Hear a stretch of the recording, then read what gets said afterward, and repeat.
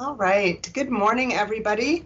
I am Liz McClellan, Marketing Manager here at Connectivity Point. So thank you so much for joining us today for our virtual lunch and learn on telephone systems. Today we are going to cover off on landlines, our phone systems from landlines to cloud solutions. And today we are lucky enough to have three of our experts to help us out. They're experts, I swear. So we have Scott Pulowski, who has 25 years in the telecom industry. Scott is the manager of telephony here at Connectivity Point and really helps oversee all of the installations at the organization. We also have Bill Mitchell, who has been in the industry since 1979. And Bill is a telephony engineer. So really what he does is he works with our customers to really understand their business and design the system that best serves them. And we are also lucky to have Bob Triscari with us. He is a partner with NEC, and really he helps us better understand the benefits and pieces that come with the cloud solution systems that he delivers. And so between the three of them, I think we're going to have a great conversation today. And as we go through, I'm sure there's going to be questions that come up. There is a lot of lingo here. And I am the first one to say that I am not an expert in telephony by any means. So I've asked them tons of questions, but you know, if questions come up as we are going along, please don't hesitate, put them in the chat box and we will get them at the end of the call. So thank you guys for joining us today. I'm going to start off with you, Bill. Can you give us an overview of really what the difference between landlines and VoIP lines are? You know, I think we're all well, you know, aware from the consumer side of what a landline is, but really I want to kind of set that up, that picture of what the difference between the two are. I'm glad to, Liz. And hey, thanks everybody for joining us today. So let's start with landline. It's an analog dial tone service. Landlines are also affectionately known as POTS lines, which is short for plain old telephone service. Landlines are considered a 19th century technology, which I think is the reason why they asked me to talk about this subject, because I'm the oldest one in the panel. Landlines were first patented in 1876 by Alexander Graham Bell. You know, the original design relied on a live operator position to patch calls between parties. And in 1891, the first telephone exchange was introduced to allow direct dialing between parties. There's a really cool story about that involving an undertaker, if you ever get bored, want to do some research. A key 20th century development was touchtone dialing, introduced way back in 1963. So what's replacing POTS and landlines? Well, we'll start with voice over IP. You know, for the sake of this discussion, it's where both the phone service and the phone system functionality is delivered over the internet. So instead of being located in a data closet, electrical room, a dungeon, the phone system sits in the data center with full redundancy of power and circuits. All of the handsets and endpoints receive and make calls through their internet access, and it's whether they're using wired, Wi-Fi, or through the cell data network. And then finally, there's SIP trunks, and that's a flavor of voice over IP, where inbound and outbound telephone service is still delivered over the internet, but to a premise-based phone system. And I'll give you a brief definition of a premise-based phone system.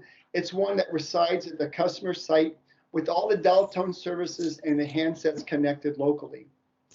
The SIP in SIP trunk is an acronym for Session Initiation Protocol. And that's the foundation for all types of internet communications. And it's this technology which allows SIP trunks to deliver a lot more functionality than standard POTS lines, which we'll get into later. I do want to add one more thing, and I think I'm beating the drum here. Voice is simply the most efficient form of interpersonal communications. We've all had these email chains that go on forever where a 5-minute phone call could have addressed everybody's concerns. And in these email chains, quite often key content is buried in the middle of the chain and gets lost.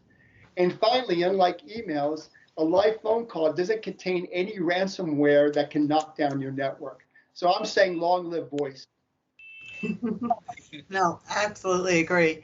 So it sounds like SIP trunks really allows you to kind of have a foot in both worlds if you're not quite ready to go full bore into, you know, VoIP and have everything through a multitude of endpoints, but still be able to use some of that on-prem system that you have. Right. So Scott, can you talk to us a little bit about the differences for how the service is delivered for the two examples, really on-prem and cloud, and really how that affects cost? Yeah, sure, Liz. POTS lines have traditionally been delivered, like you guys all know, via the telephone pole or underground cable through manholes over the years. And some of that infrastructure has been there for almost 100 years. Over the past 25 years, providers like Spectrum, Cox, Comcast started delivering POTS lines over their broadband network.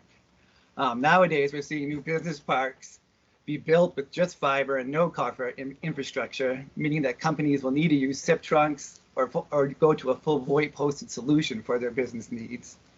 Another note is SIP trunks are delivered over the internet. So instead of paying for a dedicated voice path, the service rides on the same public network as your website's email video. This makes it a much more economical way to deliver this service. As far as cost, landlines can run between $50 and $80 a line. SIP trunks, on the other hand, can be $10 to $20. VoIP hosted seat solutions, $15 to $30 per month. Another way to look at it, on-prem systems are typically a CapEx expense, meaning you pay for it up front, where a VoIP solution allows you to pay monthly for the service. So not only does it sound like it's a good decision from a budgetary perspective to make the shift, there's also, it's almost easier to pay when you're looking at subscription versus that initial upfront fee to get everything set up. Exactly, yeah. So Bill, can you talk a little bit about more of the limitations, just so that we can kind of better understand, like, are we actually giving up something, or is it really just, we're just getting the benefit of new technology? Well, we'll start with what Scott mentioned, the aging voice infrastructure that's being maintained by the local exchange carriers. And by that, I mean Verizon, Consolidated, First Light. It's become too costly to maintain. What's happened is over the years, the people who used to have landlines in their homes have switched to cell phones. Businesses have switched to voice over IP. That's reducing the funding that carriers are getting to maintain that aging copper infrastructure. And so what we're seeing is there are chronic issues in that infrastructure that the phone companies are not repairing. They'll patch it, and then the next time it rains or we get a windstorm, the problem is back. Regarding premise-based phone systems, they still have their place. We sell and service a lot of them. The key limitations are A, the total dependency in the local electrical grid and telecom internet facilities, and B, they're not very good at supporting truly mobile workers, which has really become, we've seen an increased demand for that due to the pandemic. But if your business is restricted to a single physical location, then premise-based system is a good solution for you. Nursing homes, assisted living facilities, police departments, hotels, motels, they're all better served by a premise-based system. And there are hybrid versions of premise-based phone systems that can support SIP trunks, the IP phones, smartphone apps. So we're able to, what you alluded to before, we can give businesses the best of both worlds. To Bill's point about the Verizon and the facilities, I can tell you an experience in my part of the country. I live in the New York area. When Hurricane Sandy came through, in 2011, she flooded all the Verizon facilities in the Wall Street, Manhattan area. And Verizon made a strategic decision that they were not going to replace any copper or PRI facilities. They literally lit up all of Wall Street with high-speed internet and fiber, which just escalated the SIP trunk and cloud business in the 5 boroughs in New York. It really escalated and brought a lot of competition, and I think in my market really started the cloud business. Well, that makes a lot of sense. Scott, can you talk about a little bit about the advantages of having a SIP or VoIP line over landlines, just from kind of more of a basic level? We'll get into the details of the, of really all of the business benefits later, but just kind of like, initially, like, what can it do from that basic level that really that landlines can't? Yeah, sure. So with SIP and VoIP, you actually have like a more true failover option. So if the internet fails, you can route your calls to a cell phone or another phone number. With a VoIP phone, you can answer the calls on your mobile device or your soft phone on your PC. So it gives you a flexibility to have that true failover option if something does happen to your office phone system. Also, there's enhanced 911 services, which is coming into effect with the new Ray Bombs Act, which we need to be able to tell dispatchers like what room you're in, hallway, floor. So this helps, mandate that when it comes into effect next year.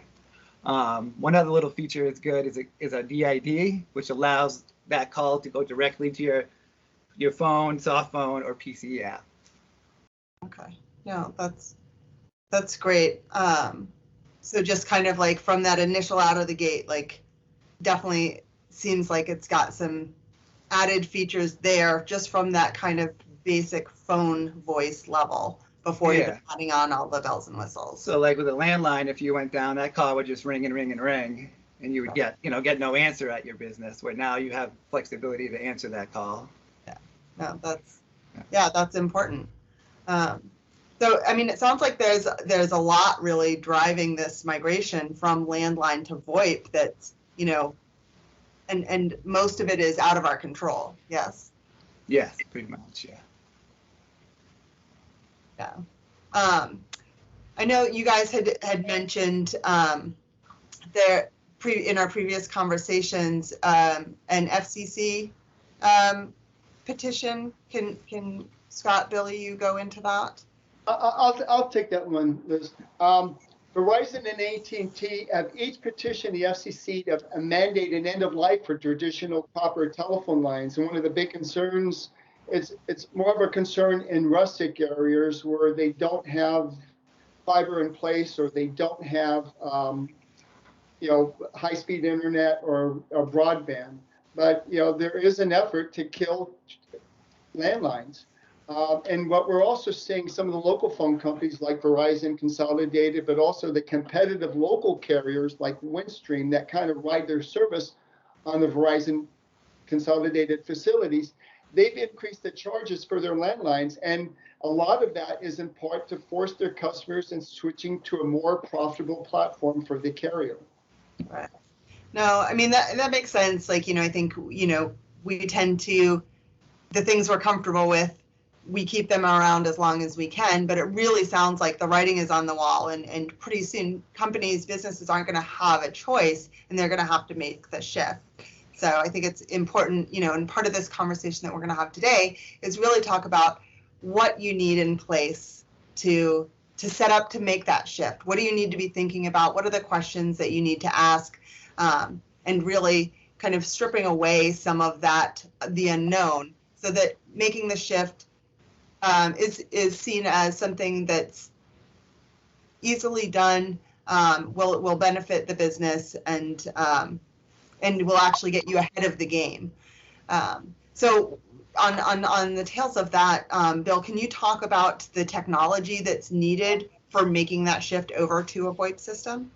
I'd be glad to. So whether you're going SIP trunks or hosted voice over IP cloud service, you need reliable high-speed internet service. If your service is unreliable, we know there's some pocket areas where the broadband service isn't all that reliable because it's oversubscribed. Or if you're using a low bandwidth, high latency internet source like DSL or satellite, VoIP is not meant for you. But the key component is the hardware. You should have business class networking hardware and not an inexpensive router you can pick up from Best Buy, but a firewall that's capable of providing the routing to prioritize voice calling within your network. Additionally, if you're using desktop IP phones and a hosted cloud system, you need a power over Ethernet switch, and one that's smart or managed. It's going to deliver power to the IP phones, but it's also going to help prioritize that voice over data. You don't want a real-time voice call being affected by somebody watching cat videos. I'm talking about Scott Pulowski here. The connectivity point, we work with your IT vendor or staff to ensure that equipment is in place to support voice over IP, and this is a truly collaborative process.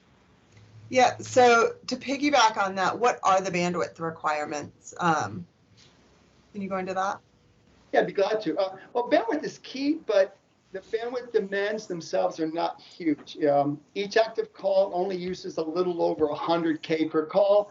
So if you have a 100 meg pipe, which is really low these days, each voice call uses 0.1% of the bandwidth. But the key concern is latency. It's the time that it takes for each voice packet to be delivered to the far end. So this is why before every deployment, we run a 5-workday VoIP stress test before we proceed with the installation. It gives us the information we need to either confirm that the network can support VoIP service or point out areas that need improvement or upgrades. And just be watchful of other providers who think you can do a simple speed test to verify your network. That's no guarantee for a successful VoIP installation and for VoIP service.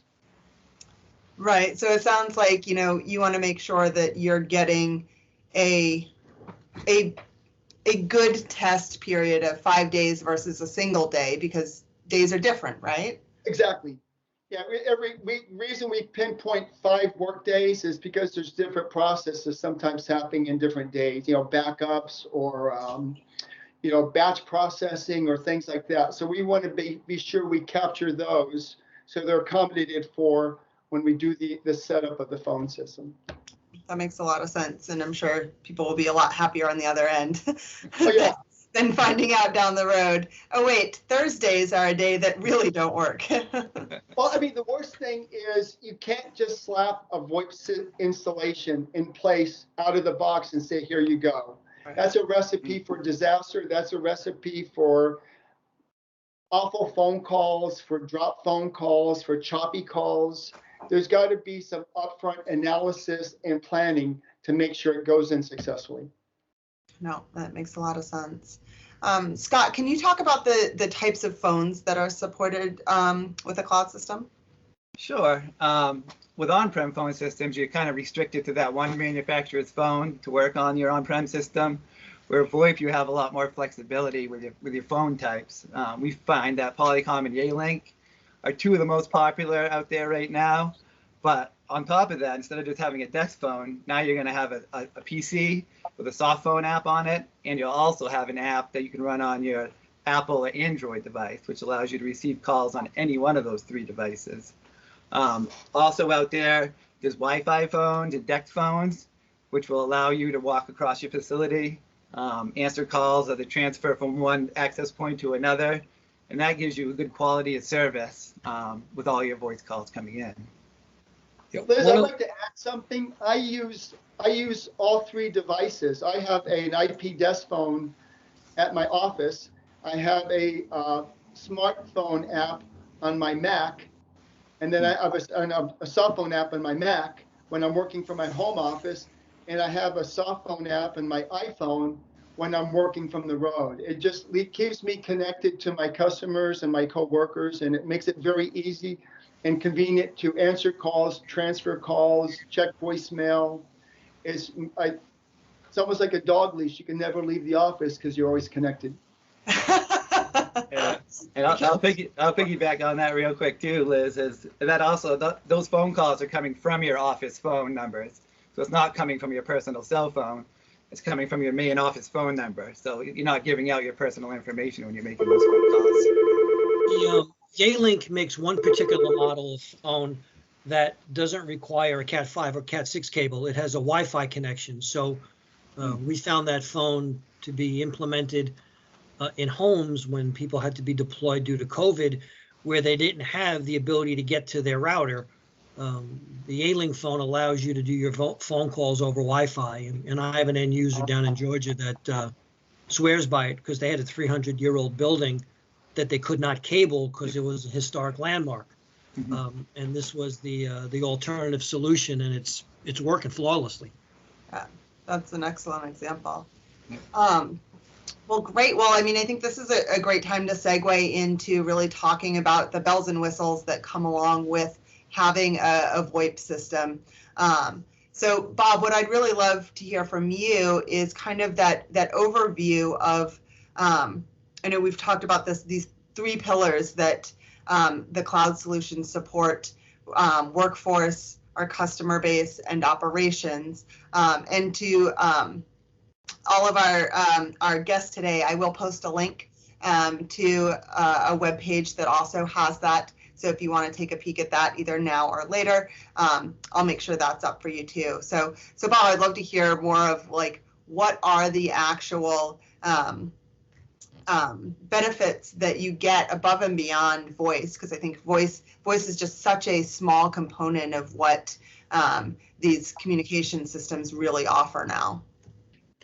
Okay, so if you let's look at it from a remote worker perspective or a mobile worker. You know, when we had to close our office in March of 2020 due to COVID, the phone is still on my desk in the office. Working from home, like Bill and Scott have emphasized, I use my mobile app and my desktop client. And the nice thing about this application, you have access to all three devices concurrently. So I can answer the call on my desktop client, my mobile app, or the actual endpoint. And the cool thing is I can flip the call between the three devices. So if I'm actually on a call and I'm leaving the office, I don't have to tell Bill, I'm going to hang up on you and call you back when I get in the car.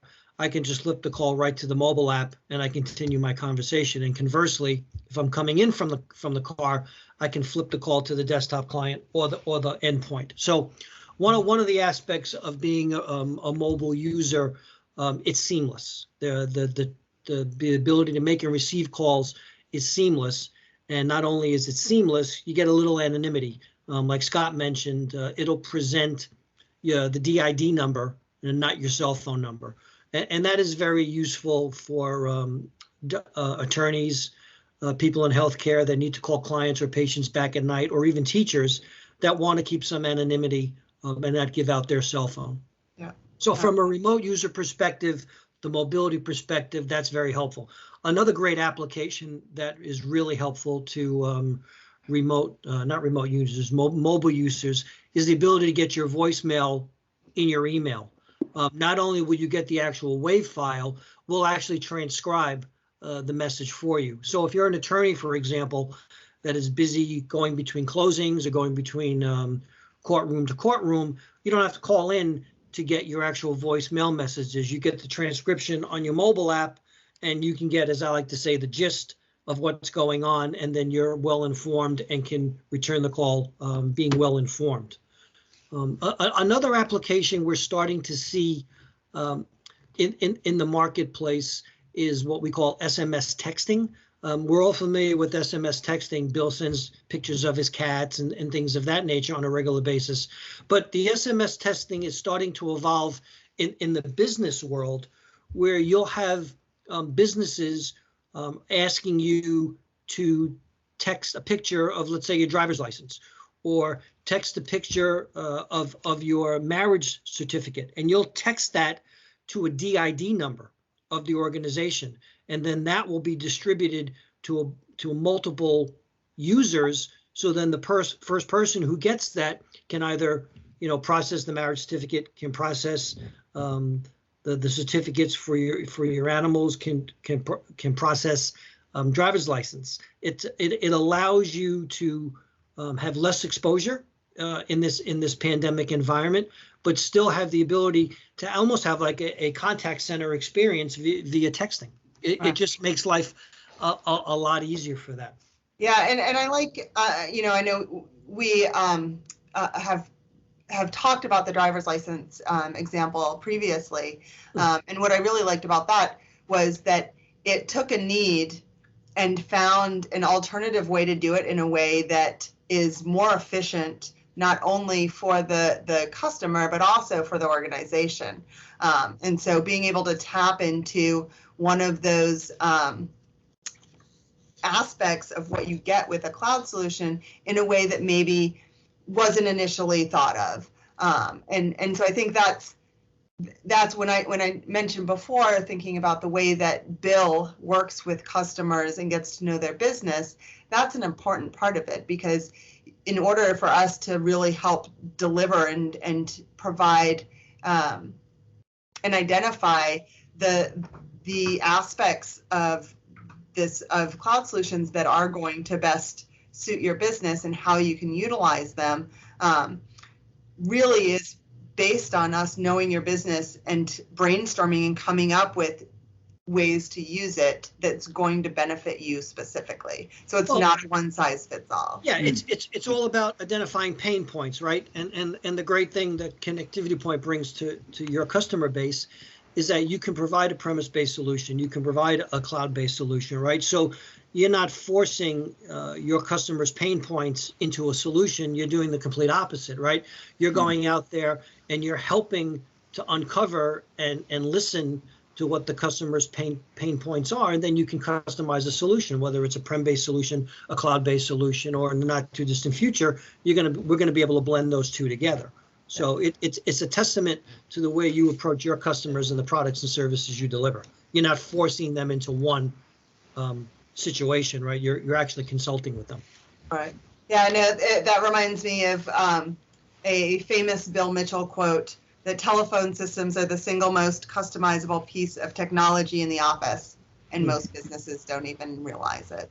I think that's just so true, and something that I've learned even more how true it is as we've gone through and kind of seen the different ways that you can utilize it based on your unique business model. The last piece of those three pillars that I kind of wanted to touch on, well, actually, that's not true. There's two.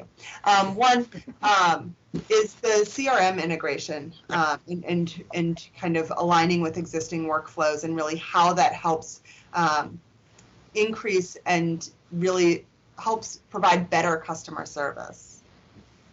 So with cloud offerings, the ability to utilize what the industry calls a plugin, right? The ability to connect to several CRM packages, let's say Salesforce or ConnectWise or Outlook, right? Yeah, the ability to interact with the contacts, with data is very crucial, right? Because you want to have as much information about your customer at the tip of your fingers, because if you don't, your competition will.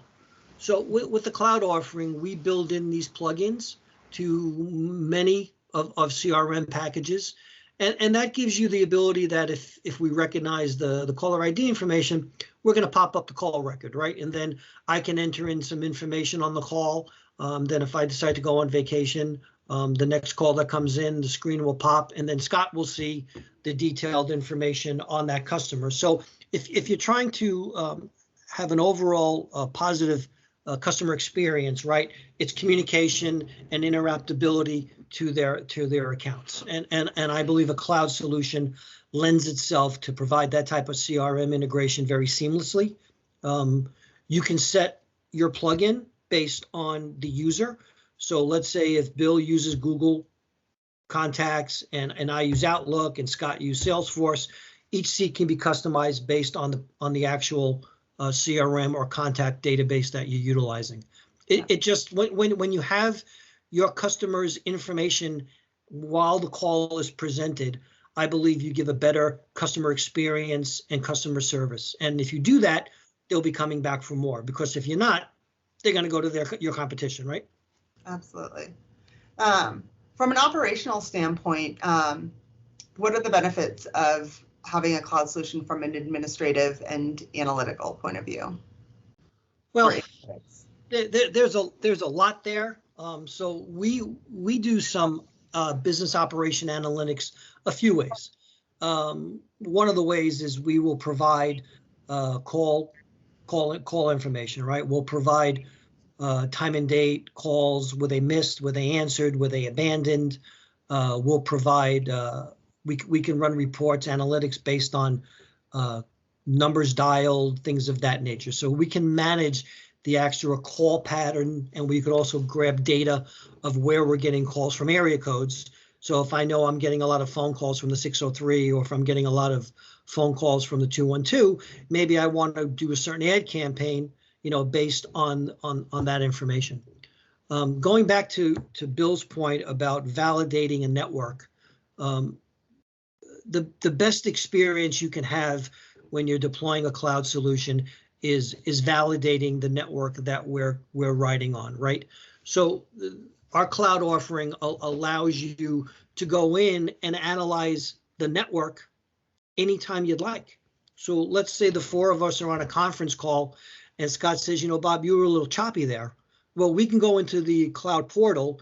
We can pull up the actual time and date of that call, and we can drill down based on the phone number what was going on at that particular moment, so we can validate, well, maybe, Mr. Customer, it wasn't your network. It looks like maybe the backbone carrier was having an issue. So we can totally validate, and we can manage the customer's expectations where he doesn't think, well, it's got to be the cloud solution, or it's got to be my carrier. Well, no, let's not make assumptions. Let's extrapolate that and let us work with you. No, that's very helpful. No, well, I think that's great. I mean, I think there's so many more pieces that we could go through if we had more time. So I did share that link to the breakdown of the 3 business pillars that the cloud solutions support. That does have a couple more benefits in there. And then I'm also going to share a link to a list of helpful questions to ask when assessing your existing phone system, so that you can really look at the things that you want to do from a business point of view and see if your phone system is standing up to that. What I'd like to do right now is take some time to have some questions answered.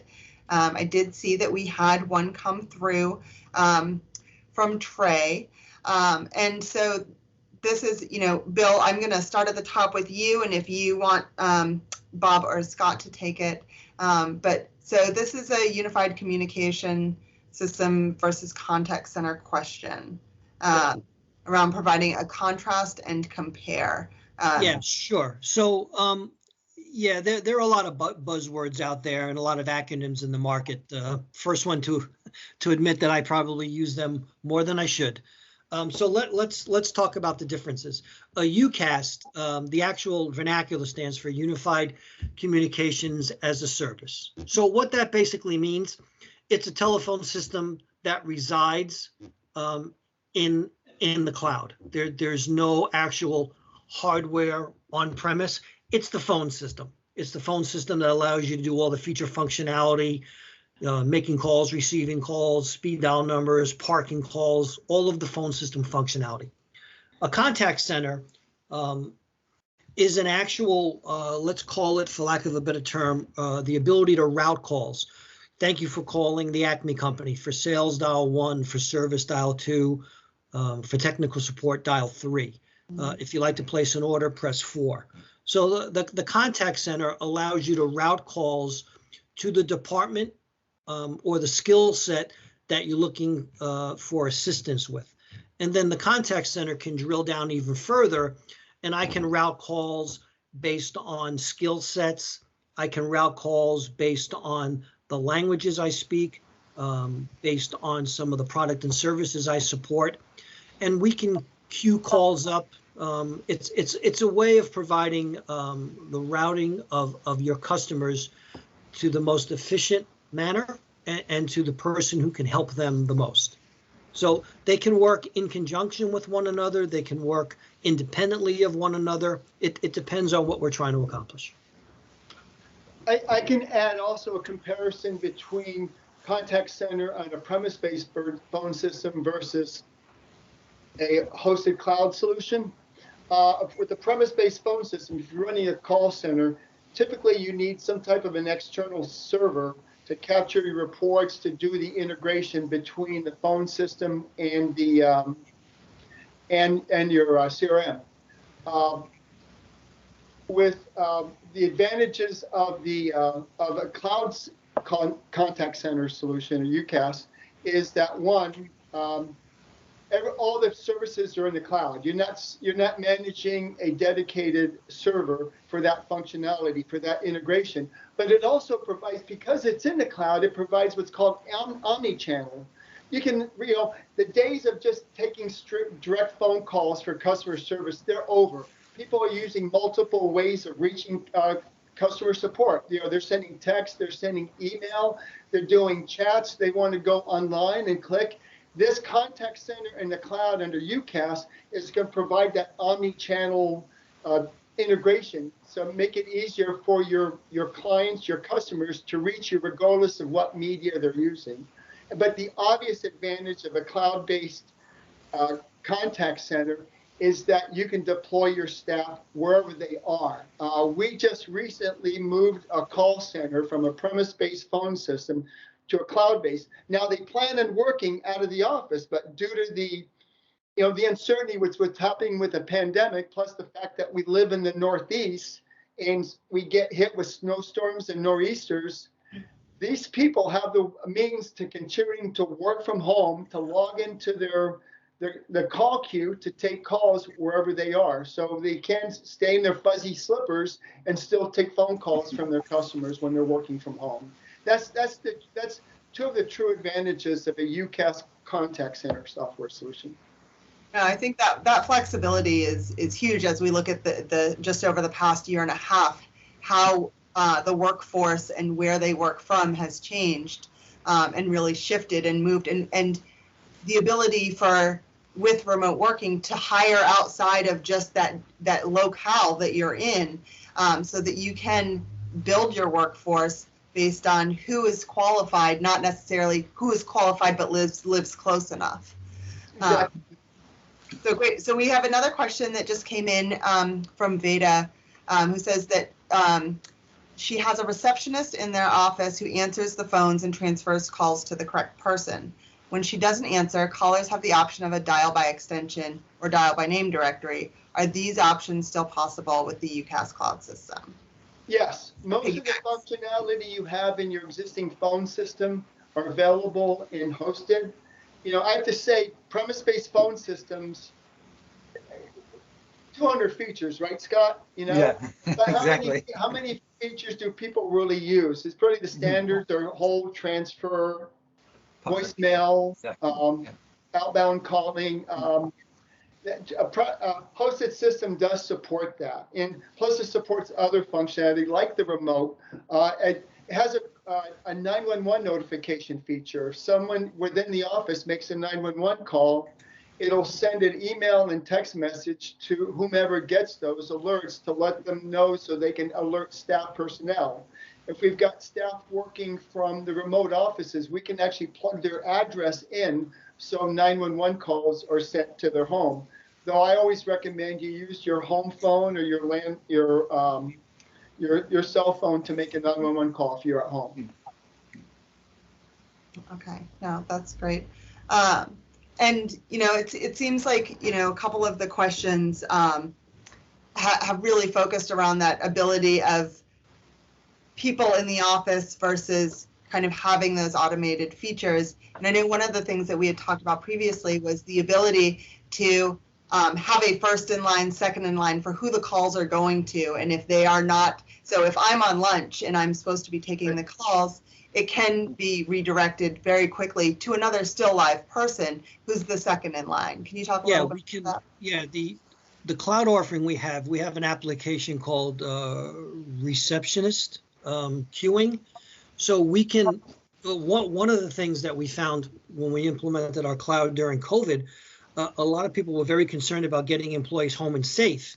And they neglected about, oh yeah, we had a receptionist. What do we do here?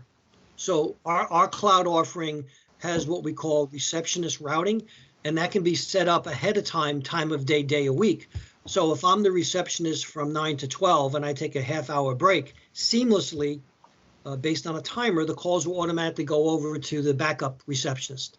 And then if that receptionist needs to take a break, it'll go to another receptionist. So you do have the live experience of answering your customers, even if you're deployed remotely. And then to the person's question, if you choose not to do that, then it can overflow to an automated attendant, then you can dial by name. So the cloud offering gives you the ability to have receptionist live, or it can go to an automated attendant. So very flexible from that perspective. And this is another part of the customization that we do when we design a phone system. You know, it's not an out-of-the-box solution. You know, one of the features that we really like is in the hosted solution is what's called a ring group. And as a member of a ring group, you can log in and out to take phone calls. We just set up a law firm where they have a floating staff, and there's no fixed schedule or anything. So we gave them a button on their phone to log in when they take phone calls, another button to log out. It's that simple. You have that ability to control that. Now, I think that's really cool, because the ability to manage the customer experience really is another way to really deliver great customer service. And so it's all handled on that back end, but for the customer, they're still getting the service that they expect from you as a business. Exactly. Yeah. Great. So we have another question from Peter. Do you need to maintain a POTS line for fire, security, alarms, or fax? Yes and no. Yes. Yeah. Let's talk about faxing.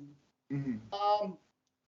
We can implement web faxing in our hosted solution, or even in our as part of our SIP trunk solution, where an inbound fax gets delivered as a PDF to email addresses. So it's not going to a fax machine that you're using up all your paper and your ink. And plus, it's something that you can archive. You, instead of taking a piece of paper and scanning it. You know, for outbound faxes, there's a Windows application to fax from your desktop. Now, if your business is key upon faxing paper, we see law firms, we see insurance companies, they still need that paper. So if you're going to have if you do need paper, you need a fax line, which can either be provided through your carrier, you know, like Verizon or Charter or Spectrum or Telco. They can provide a dedicated telephone line. And what we'll do with that, we'll leverage that. So that's also a backup line should you lose your internet service. So somebody can make a phone call in case of an emergency.